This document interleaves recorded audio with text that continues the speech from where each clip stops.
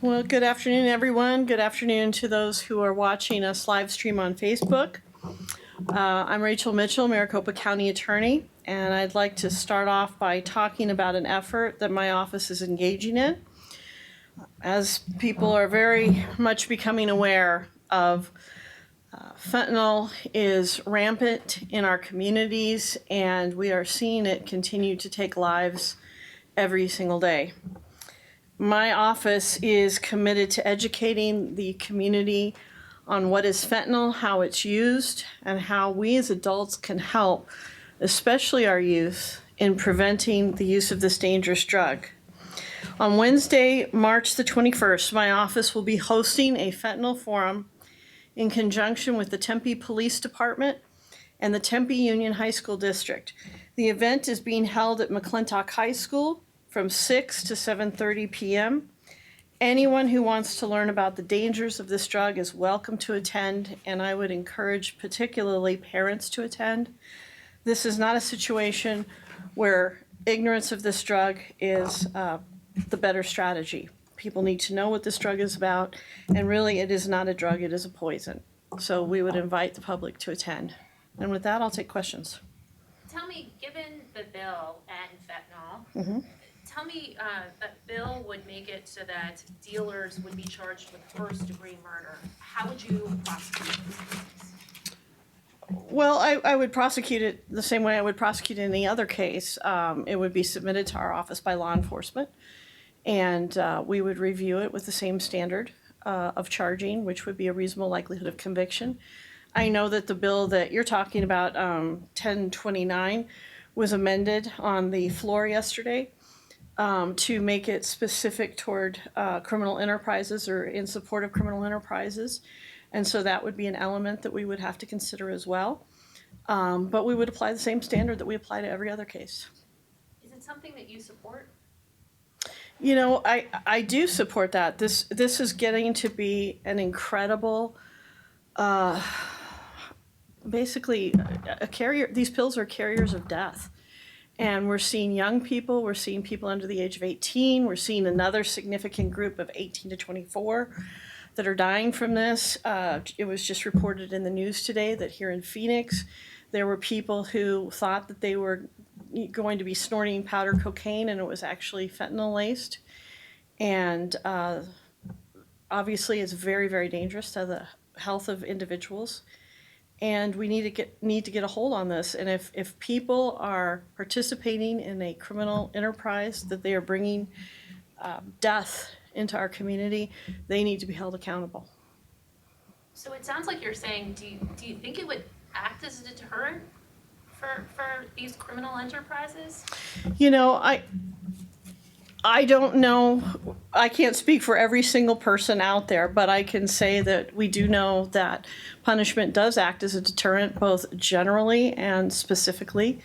And we need to get a hold on that because it is out of control in the numbers that are coming across our border into the United States. Is your office investigating the spike in Phoenix Police Department officer-involved shootings over the last week? Are we investigating the spike? No. Well, first of all, the Maricopa County Attorney's Office is not an investigative agency. We're a prosecution agency. So our role in that would be to review every single one of those cases, as we do all police officer-involved shootings, to determine whether criminal charges are warranted. So we would look at them as individual cases. Last weekend at a Walmart, there was an officer-involved shooting with Phoenix Police Department. Do you have a status of that?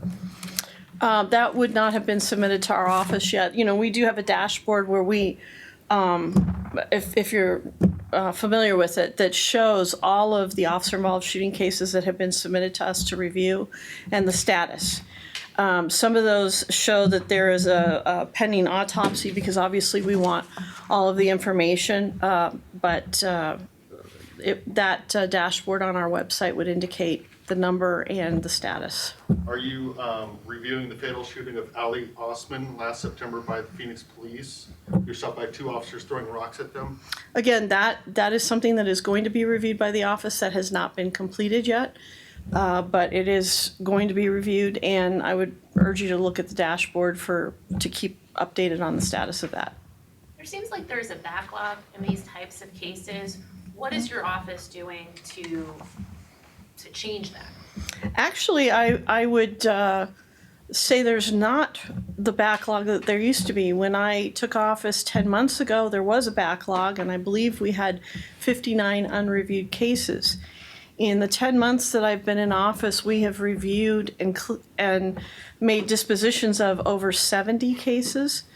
Obviously, additional shootings have occurred. Right now, on the website, on our dashboard, we have 32 cases with a complete investigation submitted. Some of those require more scrutiny than others, depending on the complexity of the case. And then there are 5 others that we have logged into that dashboard, but we're awaiting the autopsy. Given this kind of recent spike in OISs with the Phoenix Police Department, how does that impact your job? Well, the impact on the job is that we're obviously going to review all of those for whether criminal charges are appropriate. But I think generically it speaks to the level of violence that police officers are facing. They have an incredibly difficult job. My understanding is just night before last, they came upon a scene where a man was stabbing a woman to death. And had to take action in that regard. And she, in fact, did die.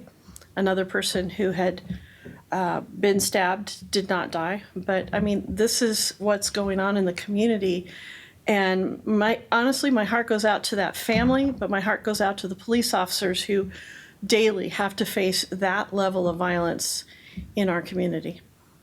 There is a DOJ investigation into the Phoenix Police Department. There's some mistrust in the community that, they believe that Phoenix officers act too aggressively. What is your message to those members of the community? To the members of the... To the community that have this distrust and this, the DOJ investigation's ongoing. Well, I've met numerous times with the new chief, Michael Sullivan, and am convinced of his dedication to making sure that he turns that around. Obviously, that's very, very important, that the community be able to trust the justice system, and I would apply that to my office as well. And I have no reason to doubt that he's anything but 100% committed to that. But again, we go back to looking at the situation that police officers are facing. And I will tell you that one of the things anecdotally we're seeing is that there is a very high correlation between felons who are illegally in possession of firearms and those that later get involved in shootouts with the police.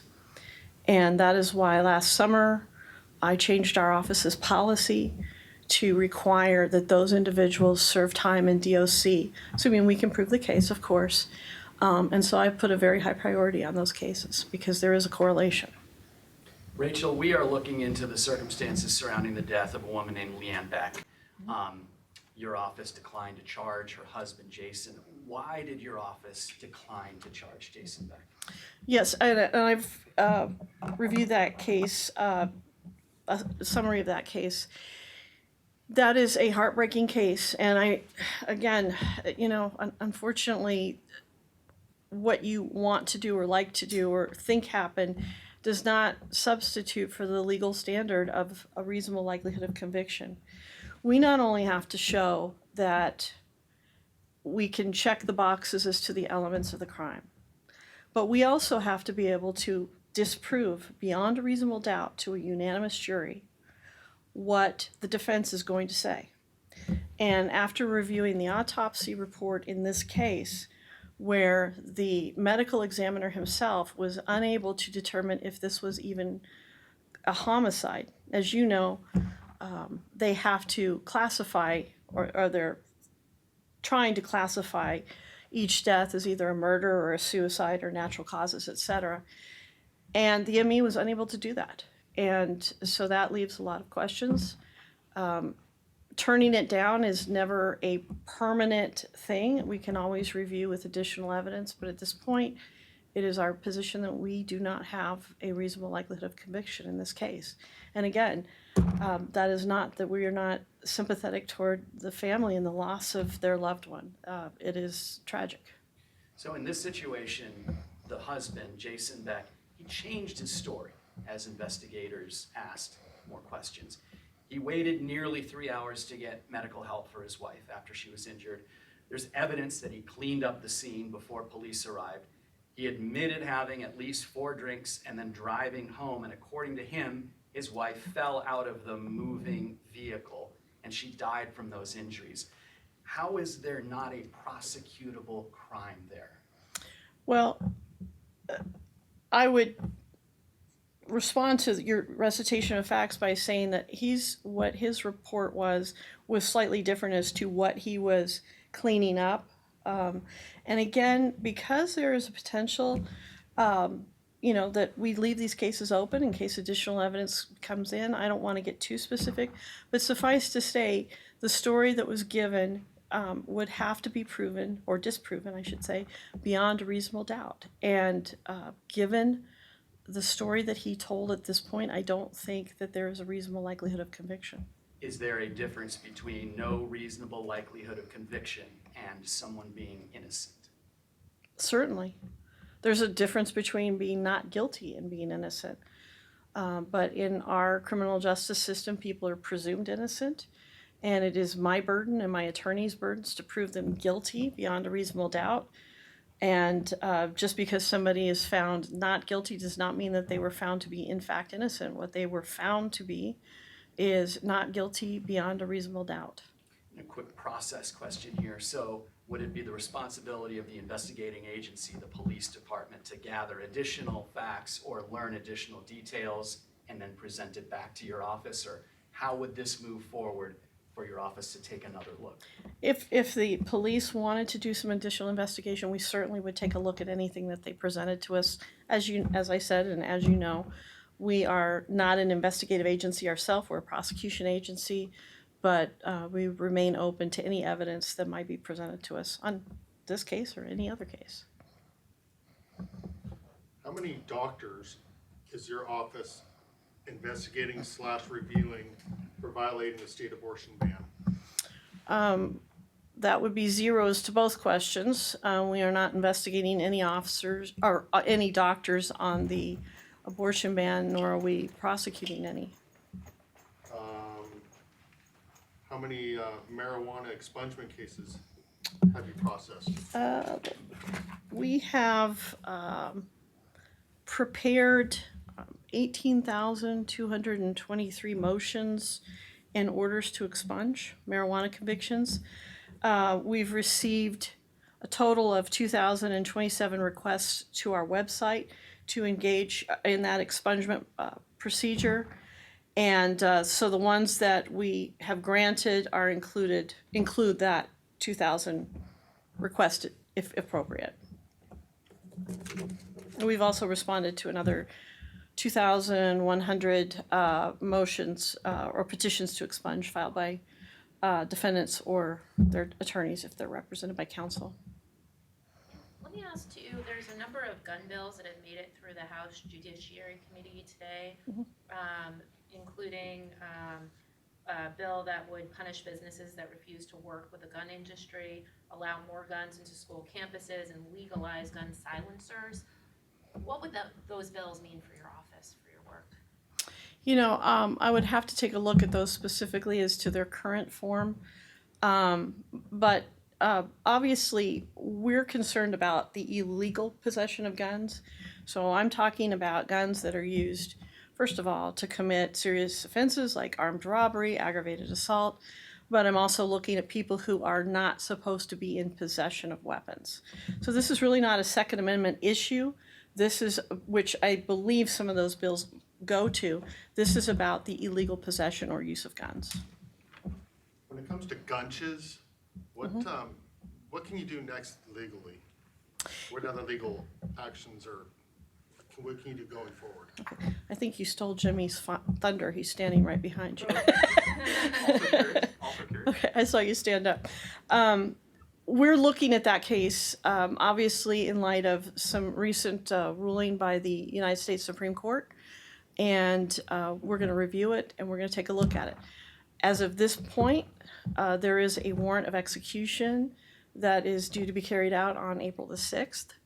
And the law requires that execution be carried out. And so we're looking at it in light of the opinion that just came out, but obviously that's the law as it stands. The law doesn't require the execution be carried out, does it? The state, you're talking about the warrant or you're talking about the law? We said the law requires that the execution be carried out. I think the law does require that the process is that a jury decides the punishment and that punishment should be carried out once the appeals have run, which they have. So yes, I think, and if it is to be commuted or changed in some way, the punishment, there is a process for doing that, which has not occurred.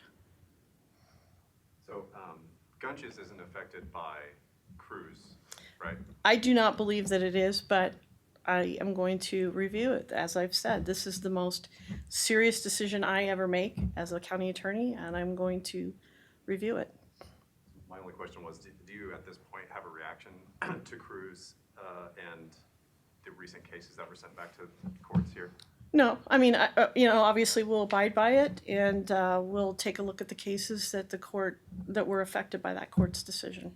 Does it change how you do business at all at this point? Well, obviously that ruling changed how we do business, but at this point, we're going to review every case to see the applicability of it that they sent back, and we're going to handle them.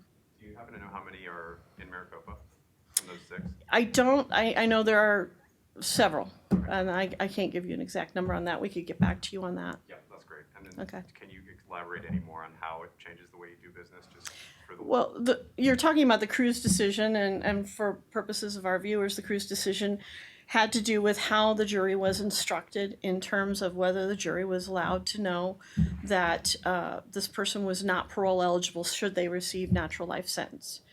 Part of that consideration is whether there was an argument of future dangerousness. And so it's not just a single-pronged consideration, it's a multi-pronged consideration. Thank you. Thanks very much. Okay?